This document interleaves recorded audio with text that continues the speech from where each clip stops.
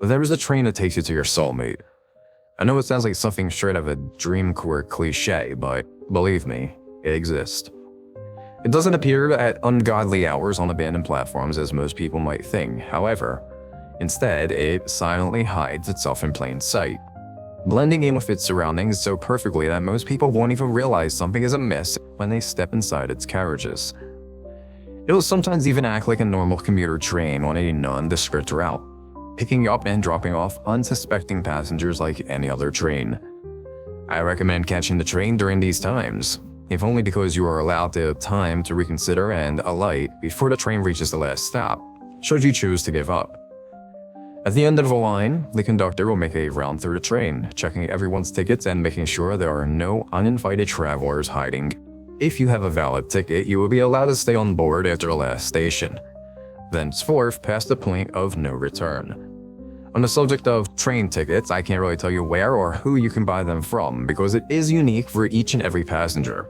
However, when you decide that you want a ticket and are prepared to pay whatever price for it, the necessary information for you to get one will immediately be revealed to you. The ticket itself is made of rich cream-clouded paper, with ornate gold lettering that glimmers in even the faintest light and delicate silver filigree woven along its edges. One side of the ticket displays your name and the departure details, including the date and time of the train's arrival. On the other side will be your destination, written in a flowing, calligraphic script that only the conductor can understand. Do plan to arrive at least an hour early. The conductor absolutely will not entertain latecomers, and be sure to have your ticket with you at all times on the train. By the way, all the tickets for the train are one-way tickets. Although it is possible that the train returns to your place of origin, I'd strongly advise against putting your hopes in that. Time works very strangely on the train, and what may seem like a blink of an eye can mean a completely different passage of time back on Earth. With that being said, if everything goes well, you won't even feel homesick. Almost everyone who chooses to remain on the train arrives at their desired destinations and live happier lives than those they had left behind. Or so I've heard. I've always been curious about the train since the day I discovered its existence on an obscure Japanese blog that no one longer active. In their last post, the creator said they had bought a ticket and would be going to wait for the train. As if by fate, my opportunity came sooner than I expected. My parents passed away within a few months of each other due to old age, leaving behind an inheritance that I figured was enough to pay for a ticket. One quiet and solemn night, I wrote down a list of things that I wanted to do with my current life. A checklist of sorts for any regrets I might have. It was then that I realized I'd live a comfortable life thanks to my parents. Whatever things that I wanted to do, I'd more or less experienced them at least once before. And I was never an ambitious person since young, so I didn't really have any noteworthy dreams or plans for my future. There was just one thing that I regretted: being single at the age of 25. It wasn't as though I had never tried dating, but I recognized that my lack of ambition and direction in life isn't particularly attractive. There are way better options out there compared to me. Therefore, with the conclusion that I am totally fine with leaving my completely unremarkable life behind, I decided to buy the ticket. It was surprisingly easy. An unknown number texted me an address down the street as soon as I made up my mind, and when I got there was an envelope stuck on a streetlight which contained my ticket. Weirdly enough, the text didn't mention anything about payment.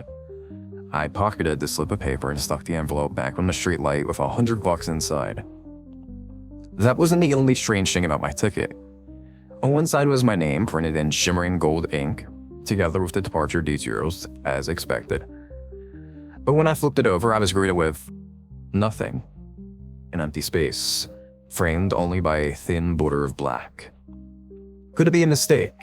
I mused, bewildered by the blank destination. No, that's just absurd. Anyway, it's not like I can exchange this for another ticket. Left without a choice, I kept my ticket and went to the station at the arranged date and time, with just the bare essentials packed: my phone, wallet, and some sweets. It was late into the night, and there were only 2 or 3 overnight trains left on the departure board, all of which wouldn't depart until another hour or so.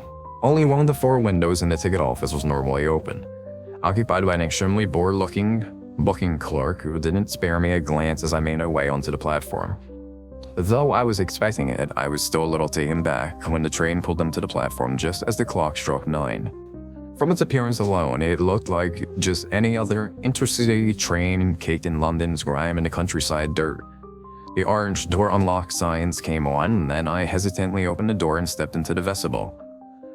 There was a tall and lean man occupying the space too, his crisp black uniform and gold-trimmed cap immediately catching my eye. "Tickets, please," he asked in an almost mechanical accent, drawing out his words in a way that seemed to twist and permeate the air. I gulped and passed the conductor my ticket. His piercing eyes showed no emotion as he glanced at the blank destination. Without a word, he took an ordinary brio and squiggled D42 next to my name before handing back the ticket. "Is this my seat number?" I hastily asked. The conductor simply ignored me as he made his way down the right aisle and disappeared behind the next vestibule. That's all he's gonna do? Since I was left to my own devices, I looked up at the sign, indicating the carriage number. Coach F, Coach D would be to my left, so I pocketed my ticket and made my way to the adjacent Coach E. It was entirely vacant. But I couldn't shake off the feeling that I was being watched as I stumbled along the narrow aisle. Coach D was occupied by 2 other passengers, both sitting 1 row away from my designated seat in a diagonal fashion. A sigh of relief that I breathed out upon knowing that I wasn't alone on this journey was quickly sucked back in when I took a closer look at their vaguely humanoid shapes. One of them looked like a mermaid. I suppose I'm using mermaid in the loosest sense of the term, because the guy looked more like a fucked up scientific experiment to graft a grotesque slimy fish onto a man's upper body gone wrong. The pair of uncanny half-human, half-fish eyes on his arrow-shaped head flickered to my face before returning his gaze to the ceiling.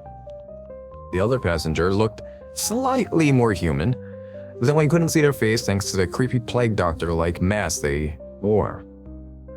It took me less than a second to nope out of the carriage and run into Coach C. This carriage was more crowded. I didn't take a good look at the passengers, but hearing the animalistic growls and slurps and other unnatural sounds that they were making was enough to make me try the next carriage immediately. "Who are you?" It was the first proper voice I had heard since entering this bizarre train, so I paused and tentatively looked in the direction where I thought the voice came from. A girl with soft and curly golden hair stared back at me. I would have heaved a long-awaited breath of relief and sank down to the empty seat across from her with a grateful smile, but the smell of something metallic made me freeze in my spot instead. "Are you... No, I don't sense that you are one of them. Not yet. I presuppose you can stay here for the time being." The girl narrowed her ruby-red eyes as she uttered those words, then pushed her bloodied scalpel and tray on the table side in an apparent attempt to make space. With a tentative nod of my head, I slowly lowered myself into the seat across from her. About that thing you were cutting up just now." She gave me a bemused look before glancing down to the bloody, pulsing object laying on the tray. "It's a heart." "Yeah, it sure does look interesting." I directed a nervous, questioning look at her, and she seemingly understood. "People call me the heart rate," the girl said in a tone that suggested that she had introduced herself the same way countless times. "I buy, sell, and mend all kinds of human hearts. Just name your price, stranger." I hesitated and lowered my voice. "Excuse me, Miss Hartright, but this is the train to find one's soulmate, correct?" "Absolutely," she replied without a hitch. I see." I paused to look at the connecting door which I had come from. The line of passengers on this train, they didn't find what they were looking for, and because they don't have a destination on their ticket, they can't leave the train, she said, an enigmatic smile flashing across her rosy face. Rather than to live with eternal pain, they chose to give up their broken hearts to me. My eyes widened, and at the time, the train lurched forward and began to pick up speed. "It's been a while since we have a new human passenger, so I think I'd like to get to know you before you end up like them, stranger," she murmured, gazing out at the pitch-black darkness beyond the window. I started. "Oh, take your time to introduce yourself," she met my eye with a smirk. "We have all the time on board this train."